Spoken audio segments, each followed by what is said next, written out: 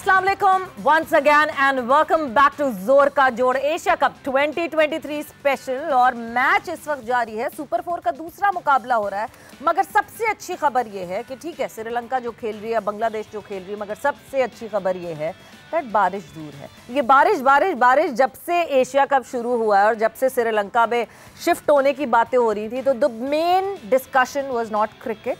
The main discussion was not the 4 teams that qualified for the Super 4, but the main discussion was rain. बारिश होगी, बारिश नहीं होगी, बादल आएंगे, बादल नहीं आएंगे। आज ऐसा कुछ भी नहीं हुआ। बादल हैं भी तो बादल बहुत डिस्पर्स बादल हैं और सफ़ेद बादल हैं। सो यस, बारिश बिल्कुल दूर रही है। अ गुड क्रिकेटिंग डे अभी तक। और इस वक्त अगर मैं बात करूं तो यस, बांग्लादेश ने जो है वो टॉस जीता था। टॉस जीत के फील्डिंग का फैसला किया था। क्या वो सही फैसला था, क्या नहीं, वो अपने एनालिस्ट से ज़रूर जानेंगे। Sri Lanka is batting right now. 164 run बनाए श्रीलंका ने 4 विकेटों के नुकसान पे, और इस वक्त 37वें ओवर का इख्तिताम हुआ है।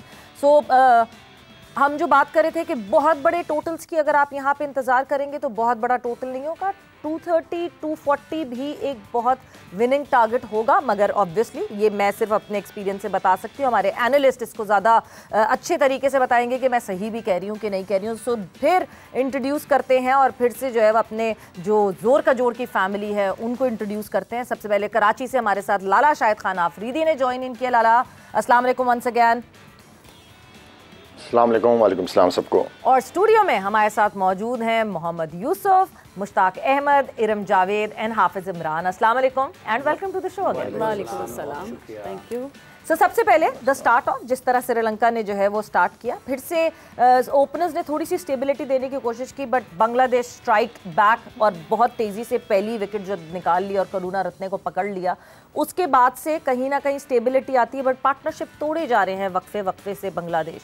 सही डिसीजन था सबसे पहले तो, और फिर उसके बाद जिस तरह परफॉर्मेंस रही श्रीलंका तो ये बांग्लादेश का था, उन्होंने टॉस जीत के बैटिंग दी है। उनका डिसीजन इस विकेट पे कुछ नहीं कह सकता। जो जितना मैंने मैच देखा है उसमें शॉट्स अच्छी भी लग रही हैं, एकदम बॉल स्विंग हो जाता है, एक बार थोड़ा ऊपर चला जाता है।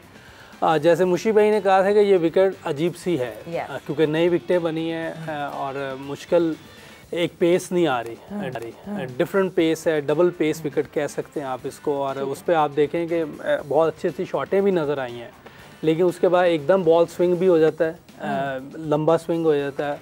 और बास का छोटा सा, अभी ये एक विकेट गिरी है आपकी बात करते करते, उस पर छोटा सा स्विंग हुआ है, वो कॉर्ड में एंड हो गए। 164 फॉर 5 हो गए। Thank you. अब ये देखें, अगर 1-2 विकेट और गिरती है तो मेरा ख्याल है 100-200 पे ही आउट हो जाएंगे। हो सकता है कि उनके लिए भी मुश्किल होंगे, कि विकेट ईजी नहीं लग रही, मुश्किल भी हो सकती है उनको। लेकिन ये विकेट वो नहीं है जो हम सोच रहे थे कि सीम होगा, नमी है, ये उस तरह का चक्कर नहीं है। ये विकेट अनइवन है, कोई डबल पेस है।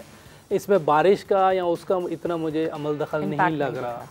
और मसला है इसका, क्योंकि बारिश वाले में तो बिल्कुल ही ऑब्वियस हो जाता है, तो बहुत ज़्यादा सीम अराउंड होता है। जैसे गैंडी वाले मैच में था, फर्स्ट 15 ओवर में गेंद अच्छा भला मूव हुआ है, स्विंग हुआ है, सीम हुआ है, इसीलिए 48 for 4 कर दिया हमने उनके। बाद में जब सेटल हुआ है तो उन्होंने इनिंग अच्छी खेली है। तो ये विकेट थोड़ी डिफरेंट है और बांग्लादेश के लिए टफ हो सकता है। मेरा ख्याल है कोई प्रेडिक्शन देना बड़ा मुश्किल है, कोई दे दे और वो हम में सिर्फ दे सकते हैं तो मुशी पे प्रेडिक्शन दे सकते हैं। अच्छा। क्योंकि ये टफ गेम खेलना जानते हैं। हंसा देना, ये यूं करके कैमरे का रुख इस तरफ कर दें मुशी भाई जी। Under pressure. हाँ, I am under pressure. Under pressure now. So Mushi भाई, क्या है यहाँ पे चैलेंजिंग टारगेट जो कि श्रीलंका देकर दे बॉलर्स कैन बोल विद अ फ्री माइंड? बिस्मिल्लाहिर्रहमानिर्रहीम। आई थिंक 240-50 जो है ना, it be a very challenging score. Yes, ये ना मुझे लगता है ये पार स्कोर है। इससे ऊपर कर गए तो फिर मुश्किल हो जाएगा बांग्लादेश के लिए। हैविंग सेड दैट, कि अपनी होम कंडीशन को जानते हुए मुझे नहीं समझ आती कि जब 2 बैट्समैन सेट हैं और आपको पता है कि पिच के ऊपर अनइवन बाउंस है और आप कभी भी सेट नहीं होते, चाहे आप 40-50 पे खेल रहे हो, कभी भी आप ऐसी पिच के ऊपर ना इन नहीं होते एज ए बैट्समैन। तो इस पे मुझे लगता है कि बहुत ज़्यादा स्पिनर्स के ऊपर इन्होंने डॉट बॉल खेलने हैं। यहाँ पे जब आके मैं बार बार ये पिछले को 2-3 साल से बात कर रहा हूँ कि एशियन स्पिनर, जितनी भी एशियन बैट्समैन है वो स्पिनरों को इतना अच्छा नहीं खेलते अब, क्योंकि अच्छा स्पिनरों को खेलना चौका छक्का मारना नहीं होता।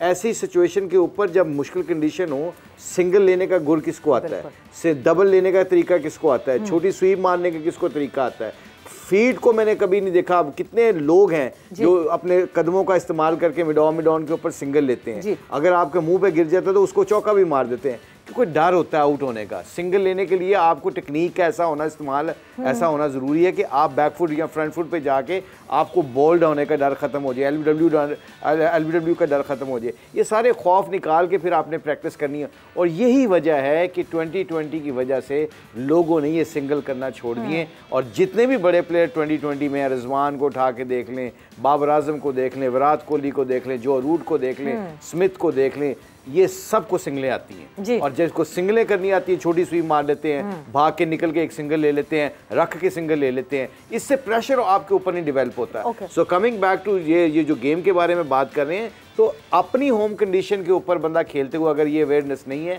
तो I am sorry, you know, like इतनी अच्छी पार्टनरशिप लगी है और उसके बाद आप 170 के ऊपर 5 गिरा दिए विकेटें, वो सिर्फ वजह पीछे डॉट बॉल्स की हैं और सिंगल लेने का तरीका, प्रेशर अपना क्रिएट कर रहे हैं। ये स्पिनर्स पे जो बात करेंगे, डॉट्स बहुत ज्यादा हुई है कि बास का, जैसे मैंने भी उस दिन बताया था कि हाथ नहीं देखते। अब मेरा ख्याल हाथ इसलिए नहीं देखते T20 की वजह से ना तेज खेल रहे थे। अगर हाथ नहीं देख रहे तो दूसरा ऑप्शन एक ये है, हो सकता है मुशी भाई मेरी बात को सेकंड करें, कि जब आपको स्पिनर की समझ नहीं आ रही तो आप सीधा नहीं खेलें, उसको क्रॉस खेलें, स्वीप करें निकल के, जैसे मुशी भाई ने बताया। सीधा कभी ना खेलें, तब डॉट बॉल होंगी, क्योंकि आपको समझ ही नहीं आ रही, अब सीधा खेलने की कोशिश करें, बास का आप बीट हो जाते हैं, एलबीडब्ल्यू हो जाते हैं, तो उसको क्रॉस खेलने की कोशिश करेंगे, आप उसको डिस्टर्ब करेंगे, फिर आपको वो रन्स देगा। बिल्कुल। लाला आपकी तरफ आते हैं, जिस तरह अभी जिस तरह की परफॉर्मेंस चल रही है श्रीलंका की, स्कोर जो है वो अभी हो गया है 164 फॉर 5, और श्रीलंका जहां जहां क्रूज करने की कोशिश करती है, जहां जहां एक पार्टनरशिप बिल्ड करती है, बांग्लादेश वो पार्टनरशिप तोड़ने में कामयाब हो रहा है। मेंडिस और निसांका की एक पार्टनरशिप है जो कि 74 रन्स दे गई थी, उसके अलावा अभी तक एक बड़ी कोई भी पार्टनरशिप नहीं लग रही है। क्या श्रीलंका ऐसा टोटल बना पाएगा जहां वो बांग्लादेश को फंसा सके?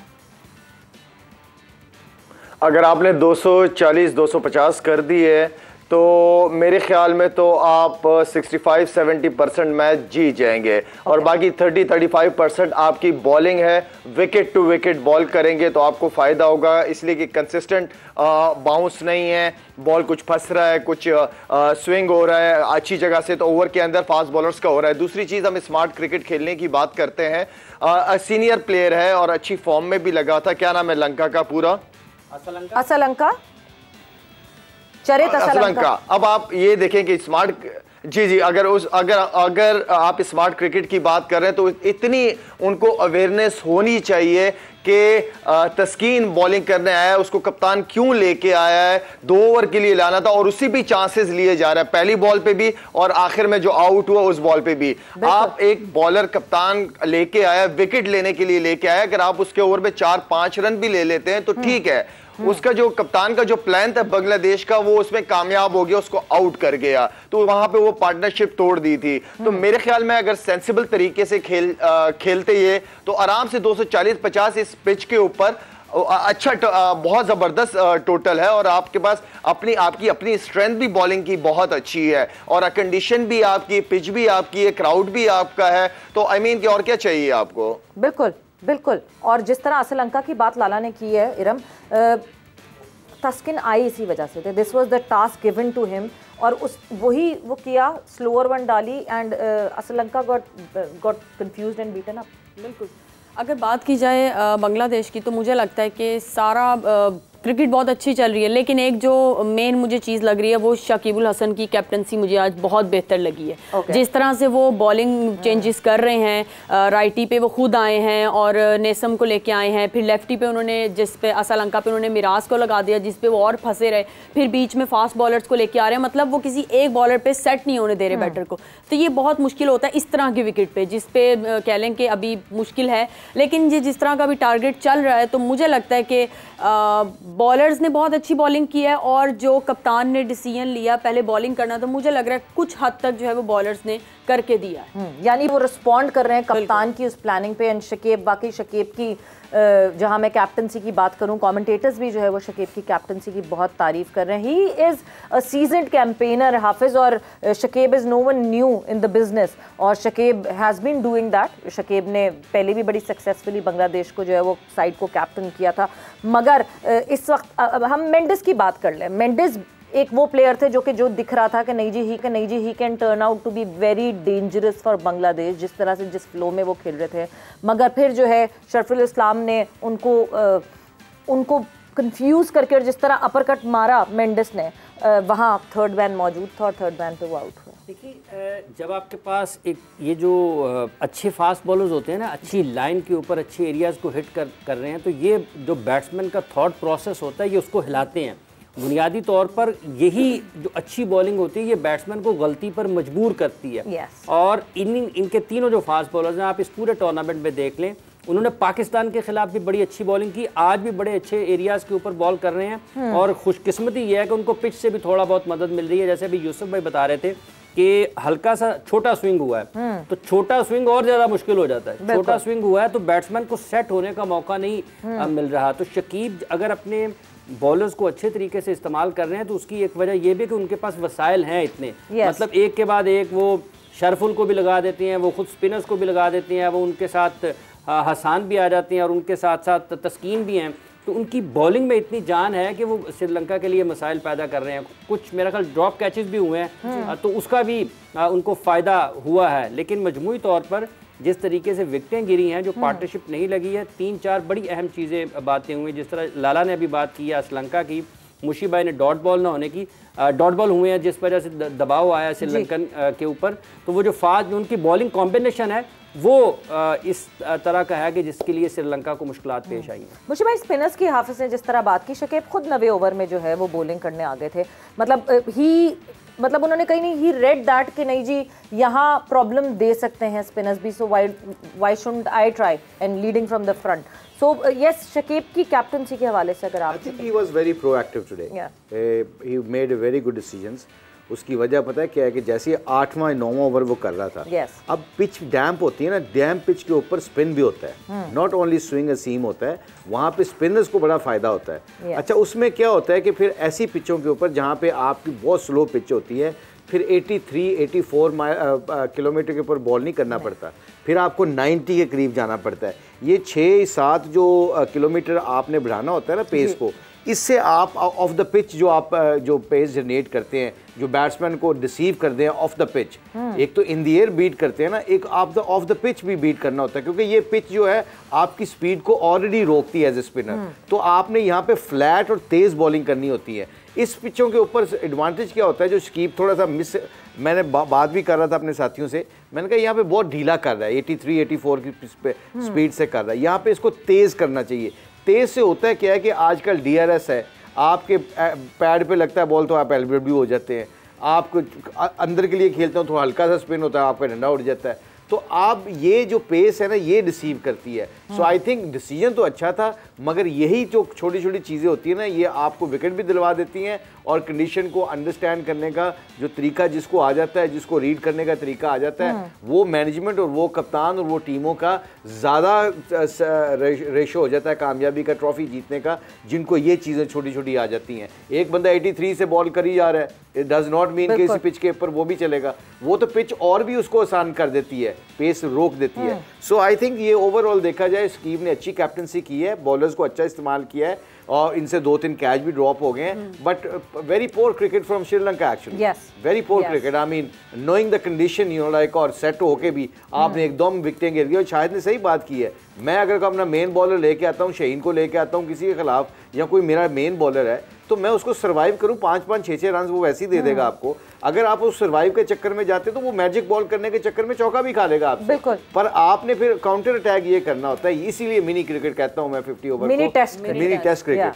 तो मुझे तो लगता है तो कुछ दिनों में ICC भी ना ODI का नाम बदलने वाला है मिनी टेस्ट क्रिकेट, मगर ये वाकई मिनी टेस्ट क्रिकेट ही है, बिकॉज आपको हर पॉइंट पे you are being tested and आप कब कहाँ किस वक्त कम बैक करें, पूरी कैपेबिलिटी है टीम के अंदर। इस वक्त मैं अपडेट देती चलूँ तो स्कोर 176 फॉर 5, 40 ओवर्स पूरे हो चुके हैं। लास्ट 10 ओवर्स श्रीलंका कितने रन जोड़ पाएगी कितनी नहीं। बट लाला एक चीज़ तो माननी पड़ेगी वाकई कि गेम अवेयरनेस की बात करें तो Sri Lanka has really lacked in the game awareness. उनको गेम अवेयरनेस का बिल्कुल अंदाज़ा नहीं हो रहा। अब अगर आप इस पूरे एशिया कप की देखें, हम जब बांग्लादेश और श्रीलंका पहली दफ़ा जब लीग मैचेस में आमने सामने हुए थे, there was the slight run out जहाँ पे शांतु सेटल थे और मेहदी दूसरी साइड पे थे।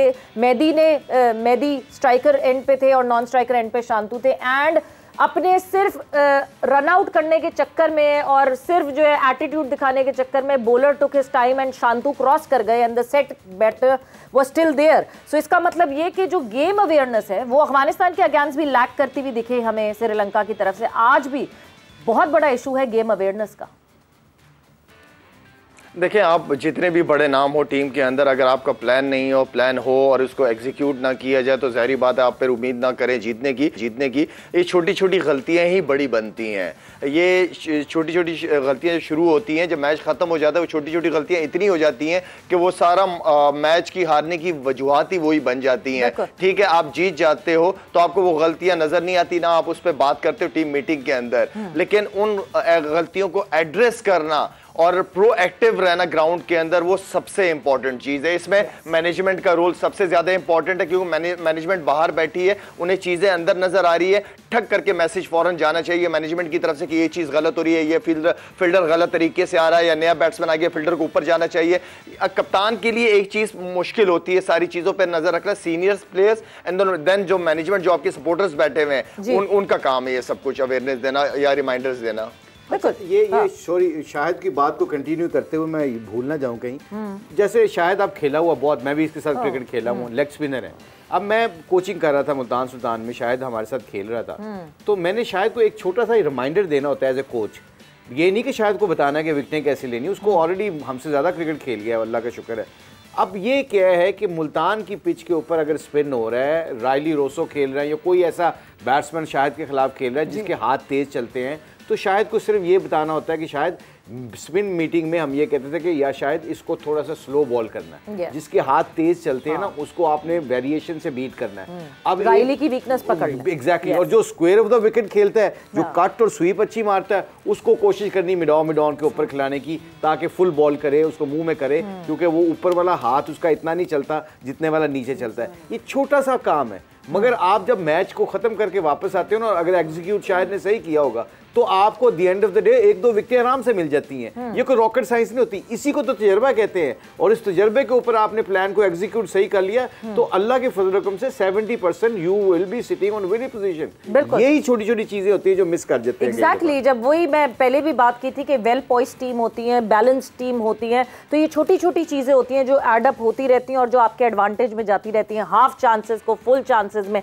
कन्वर्ट इज दी की जब दो वेल बैलेंस टीम जो है वो साथ साथ होती है। बट वक्त अभी जो है ब्रेक का हुआ है, बट ब्रेक से जब वापस आएंगे तो यहाँ कोलंबो के स्टेडियम में प्रेमदासा में जो है वो आउटफील्ड बड़ी तेज लग रही है। और हम सारी चीजें मैच या तो फोकस कर रहे हैं, मगर फोकस कल पाकिस्तान वर्सेस इंडिया के हवाले से भी कर रहे हैं, आउटफील्ड के हवाले से भी बात करेंगे, but after this short break.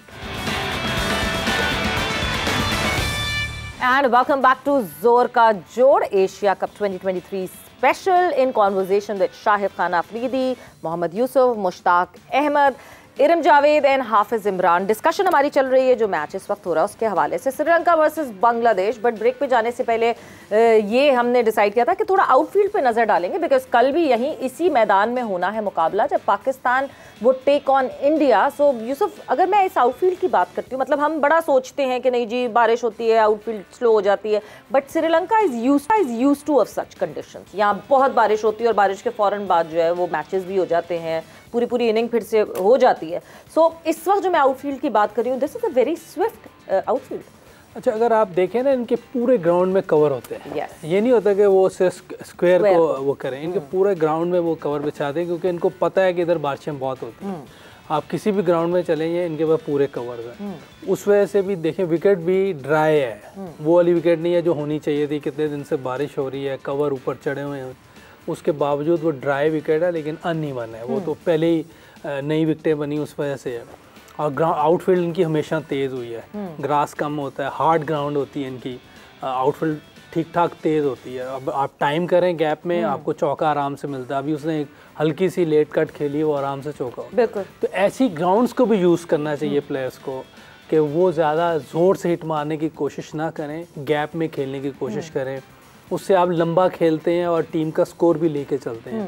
Strike rate वो जो जिसको कहते हैं रन रेट होता है जो, रन रेट भी बेहतर होता है। जो आप सिंगल कर रहे होते हैं वो डबल भी बास्केट मिल जाती है आपको जेंटल पुश करने से। प्रेशर ज़्यादा जो दूसरी टीम पे जा रहा होता है, क्योंकि आपकी विकेट भी नहीं गिरी होती। अभी जो मैच देख रहा हूँ, अभी तो अल्लाह का बंदा वो बॉलिंग ही ऐसी कर रहा है कि उस पर कुछ करने की जरूरत नहीं, खुद ही चौके दिए। वैसे अचानक से पता नहीं इतनी कोई मतलब हो रहा था ना कि बेसिक बॉलिंग पे था बांग्लादेश, वो बेसिक बॉलिंग कर रहा था, वो उनके लिए काम भी कर रही थी। अब अचानक से पता नहीं किस तरह की बॉलिंग तस्कीन ने आगे कोई उनको तस्कीन दी है ऐसी उल्टी ऐसी आसान बॉलिंग करना शुरू कर दी। साहब के साथ रह के ना यूसुफ की भी वोकैबुलरी ना विजडम बेहतर हो रही है ना, कंपनी इफेक्ट और ने उनको तस्कीन दी है। बिल्कुल जी, काफी से काफी मिलाया आपने। Well done Yusuf, well done, excellent excellent. क्योंकि इजी बॉलिंग दे रहे हैं ना जी लाला। नहीं वो सही, यूसुफ सही कह रहा है बिल्कुल। अभी बांग्लादेश ने जो बॉलिंग पाकिस्तान के खिलाफ की थी, इतनी आउटस्टैंडिंग बॉलिंग की, इतनी अच्छी लेंथ पे गेन कर रहे थे वो लोग। मुशीब भाई बहुत अच्छी बॉलिंग कर रहे थे ये लास्ट मैच में पाकिस्तान के खिलाफ। बिल्कुल सही बात है। शायद पता क्या होता है, आई थिंक मेंटली कई दफा ना मैंने ब्रैथविक वेस्ट इंडीज के जो फास्ट बॉलर हैं कार्लेस ब्रैथविक, उसने ना एक वेस्ट इंडीज की जब मैं कोचिंग कर रहा था तो पिच के ऊपर ना बहुत वनरेबल पिच थी, अनइवन बाउंस था।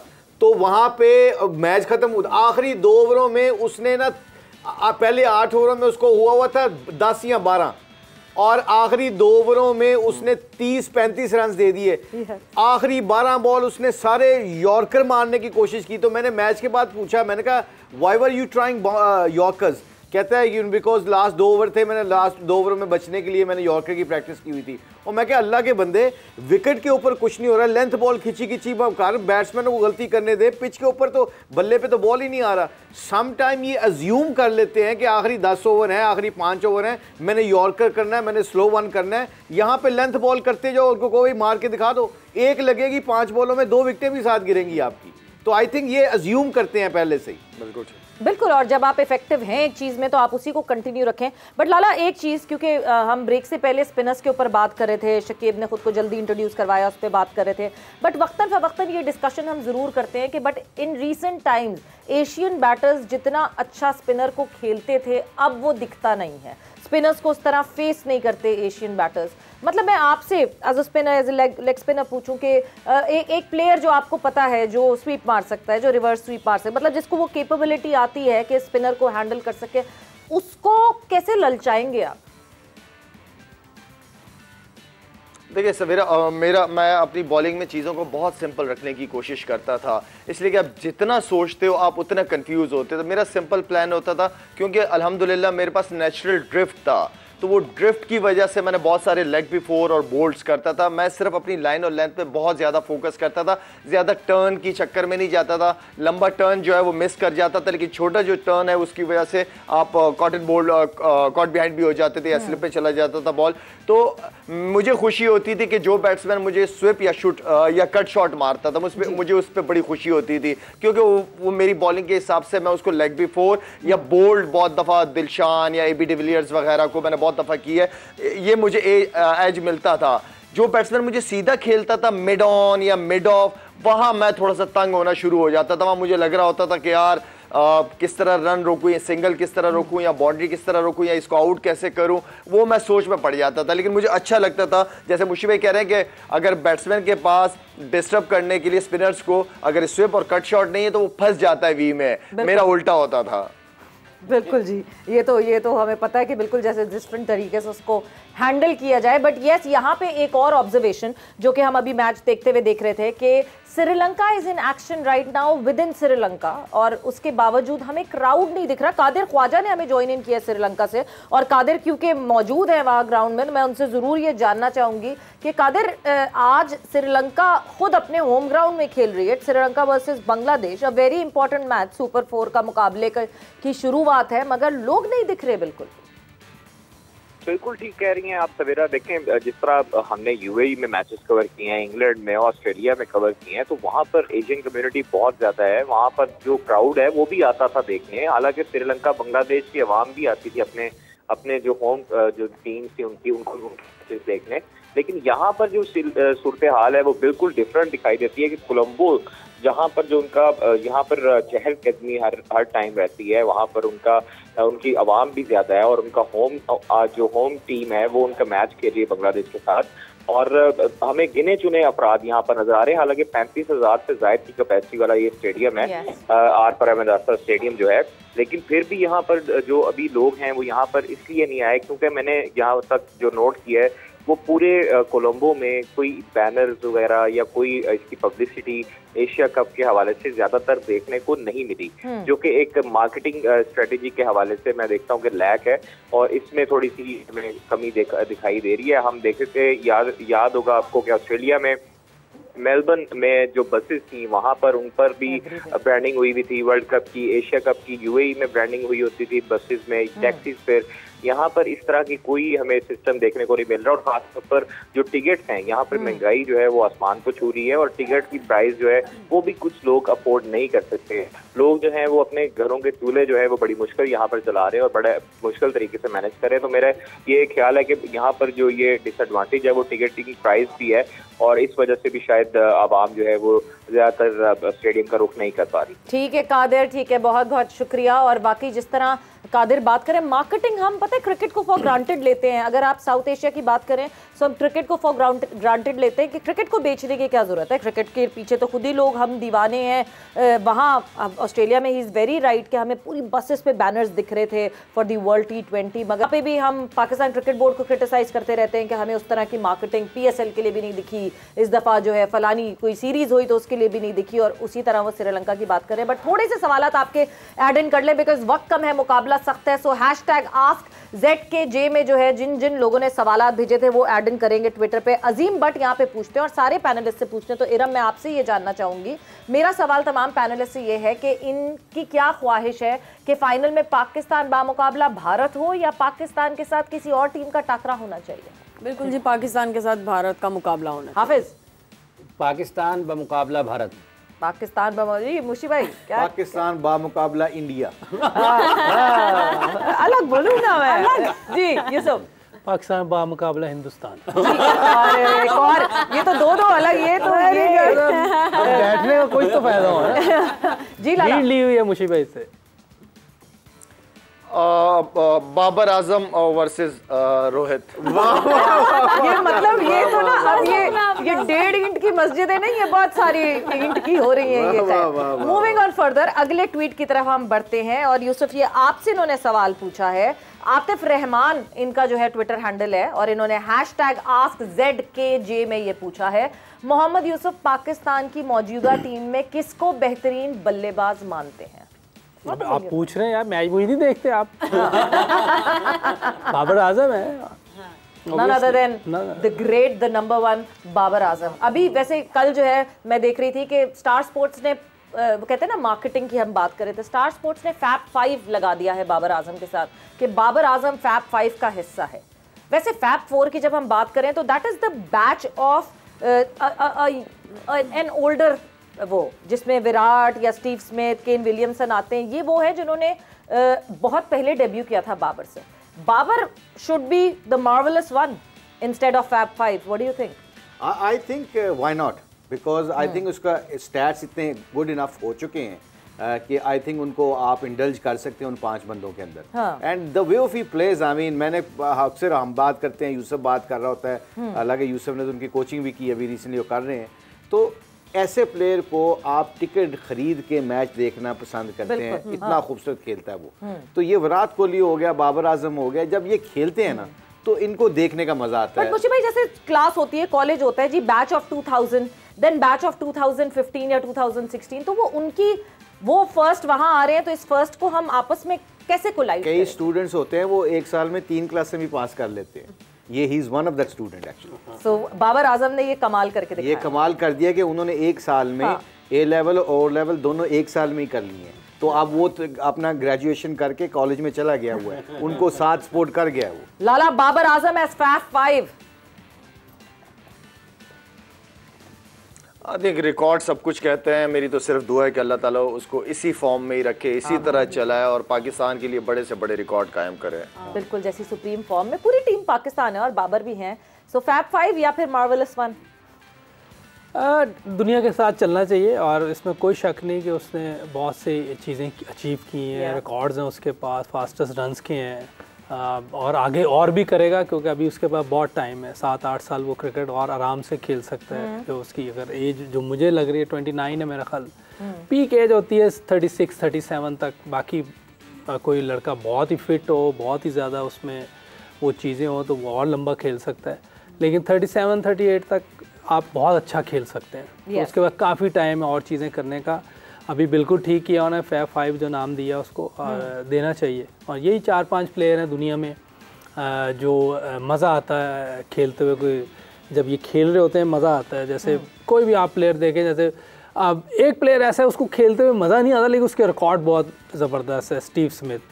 जब वो खेल रहा होता है मुझे कोई मज़ा नहीं आ रहा होता कि मैं उसको दिल नहीं करता कि मैं देखूं, लेकिन उसका रिकॉर्ड टेस्ट क्रिकेट में ऐसा है कि डॉन ब्रैडमैन के बाद वो दूसरा बंदा है कि जिससे इतनी ज़्यादा एवरेज है और रैंकिंग में 2nd नंबर पे आया। अनऑर्थोडॉक्स तरीका है ना, जिस तरह से अजीब तरीके से खेलता है, लेकिन बहुत सारे लोगों को जो है वो कभी भी डिविलियर्स का तरीका नहीं पसंद आता था खेलने का, मगर यस डिविलियर्स भी वो जिस तरह खेलते थे इस तरह का नहीं खेलता था। ये तो बिल्कुल ही कोई समझ से बाहर है, बिल्कुल समझ से बाहर है, लेकिन अजीब टेस्ट। मैक्सवेल जिस तरह खेलते हैं, मैक्सवेल भी मैक्सवेल तो T20 टाइप प्लेयर है ना। आप स्टीव स्मिथ को मैक्सवेल के साथ तो नहीं कर सकते। जी Iram, your take on that fab 5 Babar Azam. बिल्कुल मैं यूसुफ भाई की बात से बिल्कुल सेकंड करूंगी कि दुनिया के साथ चलना चाहिए। अगर वो मार्वेलस 1 में चला जाता है तो उसके माइंड में भी ना फिर वो एक मुकाबले वाली चीज़ वो भी शायद हल्की हो जाएगी, शायद उसके अंदर भी एक चीज़ आ जाएगी कि मैं बस नंबर 1। तो मुझे लगता है साथ साथ चलना चाहिए और ये चीज़ उसको फिर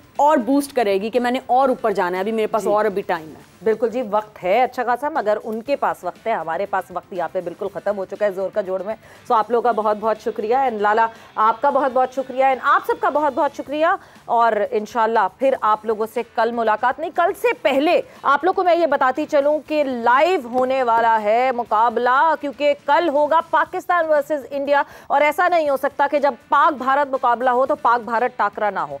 तो आज की शाम आप देख सकेंगे पाक भारत टाकरा 7:05 पे सबसे पहले होगा हमारा टाकरा, और वहां हमारा आमना सामना होगा एबीपी की टीम से। और बहुत बड़े नाम यहां से तो हैं ही, मगर बहुत बड़े नाम वहां से भी जुड़ेंगे हमारे साथ। उसके बाद 11:05 पे एक दफ़ा फिर से आएंगे हम आपके सामने, मेरे साथ मोमिन भी होंगे उसमें मौजूद, और फिर से एक टाकरा होगा जहां पे आज तक एबीपी और आज तक की टीम हम ये टाकरा करेंगे उनके साथ। So please tune in to Samaa TV, because हमने शुरू कर दिया है, हमने वो चांद रात वाला इफेक्ट हम फिर ले आए हैं, बिकॉज कल होना है Pakistan versus India, the biggest match of Asia cup. अपना ख्याल रखिएगा, टेक केयर, बाय बाय, अल्लाह हाफ़िज़।